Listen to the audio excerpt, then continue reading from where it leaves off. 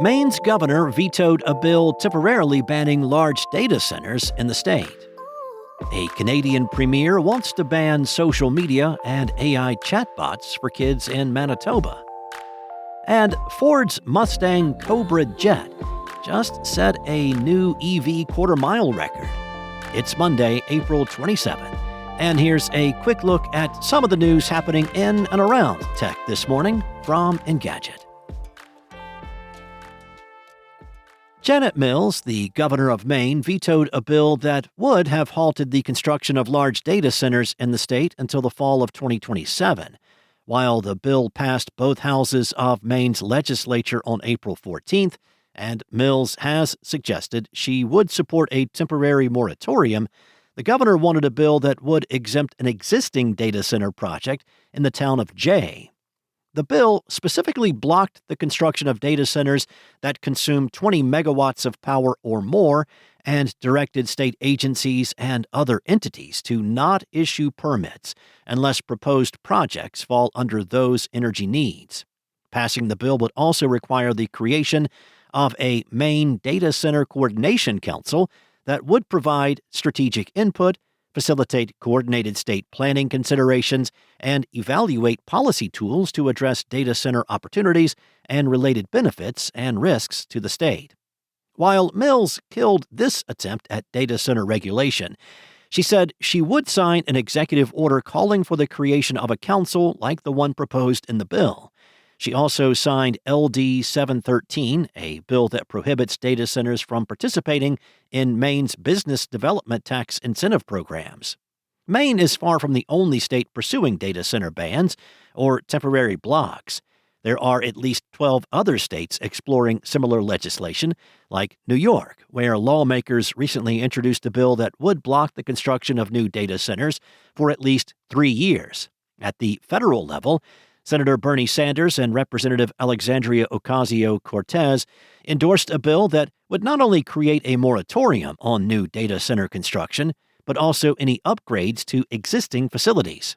Any desire to slow down AI development or the infrastructure that makes it possible runs counter to the demands of tech companies and the perspective of the Trump administration, who is actively encouraging faster AI build-out in the U.S.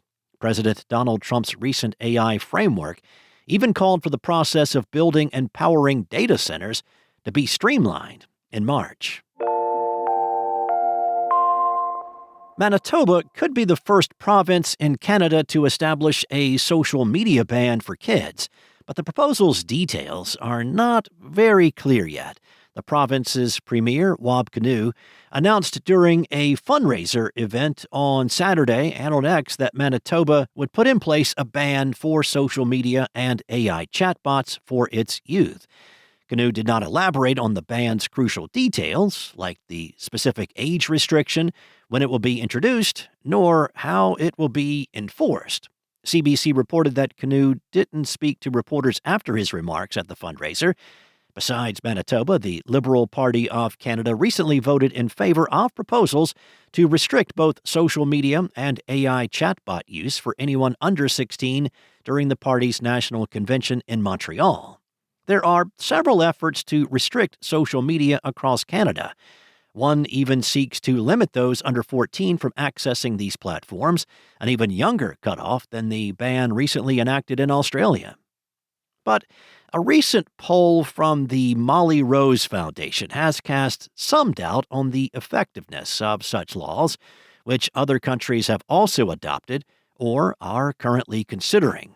The poll showed that a majority of teens still have accounts on banned social media platforms or have found ways around the ban. Ford Racing's Mustang Cobra Jet 2200 just ran a quarter mile in 6.87 seconds at 221 miles per hour at an NHRA event in Charlotte, setting a new world record for an EV. The run smashed Ford's own previous EV record of 7.62 seconds, set by the Cobra Jet 1800 last September, by an impressive 3/4 of a second. As the name suggests, Ford's Cobra Jet 2200 puts a massive 2,200 horsepower to the wheels thanks to a newly designed electric motor and inverter combo. Now, Ford elected to use 2 motors and inverters instead of 4 of each as before to reduce complexity and boost efficiency to 98%. Overall power is up by 600 horsepower, but the motors and inverters weigh half as much as before. Everything runs on a 900-volt architecture and 32 kilowatt per hour battery that charges in 20 minutes, easily enough for the NHRA's 45-minute turnaround rule. The car has some unusual features for an EV, like a clutch that lets the driver dump all the power to the road instantly for maximum acceleration. It also uses a multi-speed transmission that allows the car to run in its ideal power band through the duration of the run, reducing the quarter-mile time by up to a second. That's according to Ford. The battery design also allowed the team to tune weight distribution for optimal traction. Another racing touch is a pyrotechnic circuit breaker that can instantly break the high-voltage connection via a small explosive charge to align with NHRA safety rules. Some of this tech, like the high-efficiency motors and the 900-volt system, could conceivably trickle down to consumer vehicles. Unfortunately, Ford and other U.S. automakers have significantly reduced their investment in EV technology of late. Ford recently announced that it would reboot the F-150 Lightning as an e-REV with a gas generator, while last week GM delayed its next-gen full-size EV pickups and SUVs, all in the face of rapidly rising gasoline prices. Thanks for listening. There's more tech news at Engadget.com. This episode featured journalism from Ian Carlos Campbell, Jackson Chen, and Steve Dent. Enjoy your day. I'll be back tomorrow with more tech news from Engadget.